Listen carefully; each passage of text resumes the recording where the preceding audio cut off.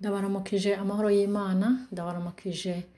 abari ku murango mbifuza kugira umurango mwiza, abari ku mugoroba nabo nyene mugira umugoroba mwiza, kandi nongera kwibuka abari mu bibazo, abari mu ntambara, abari mu bintu bibagoye bibaremereye, kuko turacari mw'isi nyene aho duhura navyo ijoro n'umurango. Nongeye gusaba kugira ngo rero umwe wese ashobore kwihangana, kandi nanje mbasabira kugira ngo umuremyi wacu yongere abagirire neza aborohereze. Nuko rero Jendi Jane Hatunga Imana ishobora byose, umuremyi waremye ijuru n'isi, wa wundi yaturemye akatuzigama akaturinda, none ukaba uri kunyumva uriho ugihema, nanje nkaba ndi kukuvugisha mpema. Twese dushime izina ry'Uhoraho, kuko niwe nyene atugirira neza, niwe yemeye ko tubaho gushika kuri uyu munsi. Hariho benshi baba barifuje gushika kuri iyi saha ariko ntibabishoboye, hari abandi kandi bahageze ariko bari mu bibazo birenze, bari mu ngorane, badashobora kuronka ibyo kurya, badashobora kuronka ibyo kwambara. Ndetse wewe kuba ugishobora no kuvuga, ugishobora no gutembera, ugishobora kugira ikintu na kimwe wokora, umfashe dushima Imana, kuko niyo ntumbero twihaye, ni ugushima Imana muri vyose, tutitaye ku ngorane twahuye nazo, tutihataye ku bibazo dufise, ahubwo tuvuga ati Imana ushimwe ko n'ubu tukiriho, no kuba tugihema tuhereze Imana icubahiro. Hama rero no munsi tugarutse twongera kuvuga kuri za nzira zo kugira ngo twongere twite ku buzima bwacu, twite ku buzima bwo mu mutwe, twite ku buzima bw'umubiri, uyu mubiri wacu, twite ku buzima bw'ibyiyumviro, amarangamutima yacu akomeza abe mazima, twite ku buzima bw'impwemu navyo nyene, kugira ngo impwemu yacu, roho yacu nayo nyene irusheho kubaho ari nzima, ibe mu mubiri muzima, kugira ngo turusheho kwitegura iherezo ry'ubuzima bwacu. Tanguye urugendo ariko ntituzigire tuzorurangiriza. Twavuze ko urugendo rw'ubuzima rugoye, tuduga imisozi tukamanuka iyindi, duhura n'intambara n'ibibazo nkuko twabivuze kare, ariko twese dutumbera hariya imbere, kuko imbere ni heza. Imbere niho iyo ushoboye kwifata neza, ugashobora kwibungabungira ubuzima, urashobora naho uva muri uyu mubiri ukazogira ubuzima bwiza buri imbere. Kandi n'igihe tukiri muri uyu mubiri naho nyene dukoze ibi bintu bishobora kudufasha, turashobora kugabanya ibibazo, turashobora kugabanya ibibazo byo dushikira, tukagabanya amaganya, tukagabanya amarira, tukaba tworushaho kugira ubuzima bwiza mu mutwe, mu byiyumviro,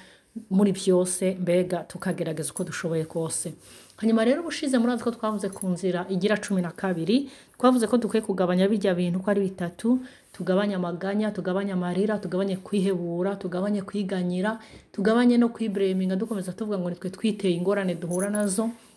ahubwo turushaho kongera ingufu z'umutima. Ico kintu turagikeneye twese, kongera ingufu z'umutima, tukabandanya urugendo. Naho uhura n'ibibazo bimeze gute ku munsi,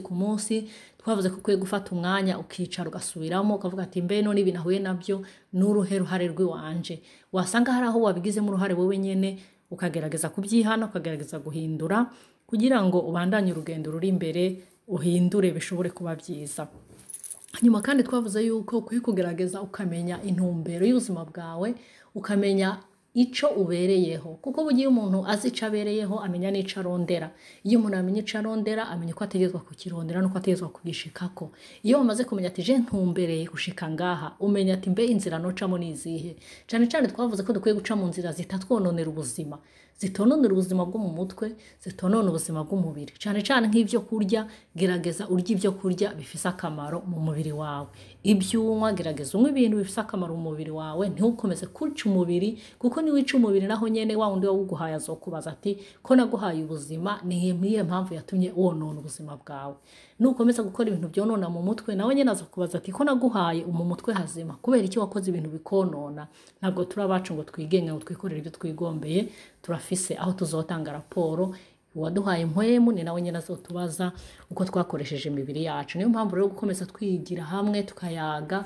ukuntu twafata neza imibiri yacu, ubuzima bwacu. Je nibaza ko bifise akamaro kandi byo tugirira akamaro. Uno musi rero reka twige ku nzira igira 13, inzira ivuga ko utegerezwa gukora ibishoboka byose ku munsi, ugakora ikintu ukunda kandi kikaba ni ikintu kigufitiye akamaro mu mutwe, mu mubiri no mu byiyumviro. Kora uko ushoboye ku munsi ntukurengane. Urambaza ati mbe icyo kintu nkunda nogikora ryari?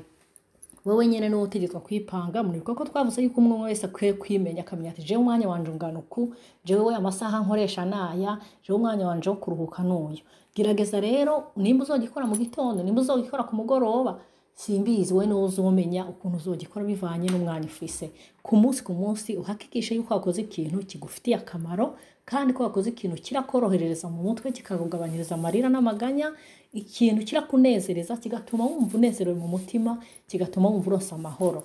hanyuma hariho ibintu byinshi rero abantu bashobora gukora kandi byiza twavuze yuko numenya uko ubuzima bwawe bumeze ukamenya ibyo umutima wawe ukunda bizogufasha kumenya n'ibyo ushobora gukora bikakugirira akamaro nimba ari vuga ati ku munsi ntigezwa kurya akantu numva kanezereza naho ko bari gato ariko karafise ico kari bwongere mu buzima bwawe nimba ari byo ukunda kunywa uvuga ati uno munsi nimba ndose agatobe nimba ndose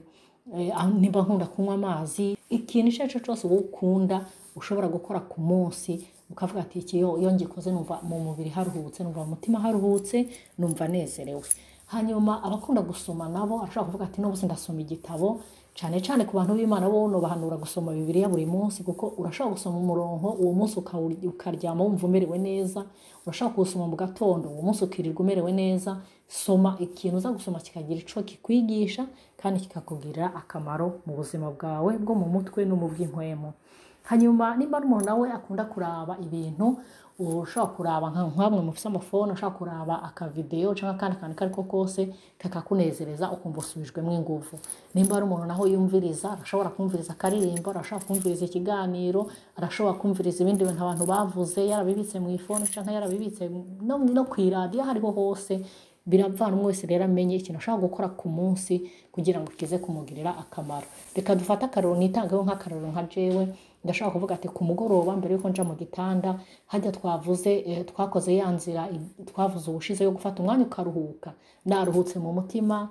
nihanuye ibibi nakoze kuri uwo munsi namaze kubona uko nshobora kuzobihindura ikindi gihe namaze gusaba imbabazi abo nagiriye nabi numva uno munsi ntuje ubwo rero ndashaka gukora kandi mvuga ati ndagakunze nkaje nkunda indirimbo ndashiramo indirimbo nkumva ndayumvije nkumva iranshitse ku mutima nkumva ndanezerewe merewe neza nawe rero niwe harabe urabe ikintu ukunda kurusha ibindi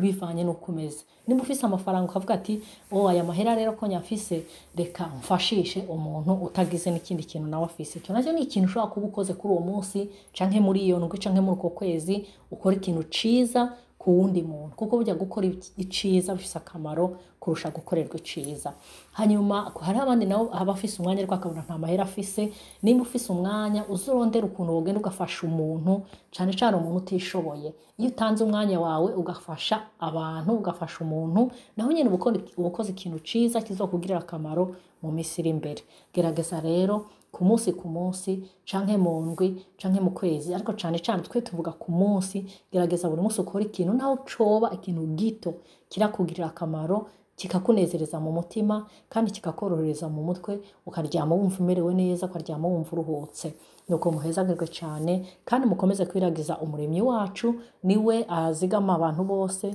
niwe arabira iherezo mu itanguriro kandi iyo avuze ibintu biraba kuko we afite ubushobozi burenze ubw'abana b'abantu niko rero mwifurije amahoro mwese mu byanyu ndetse no mu banyu murakoze cyane muhezagirwe baye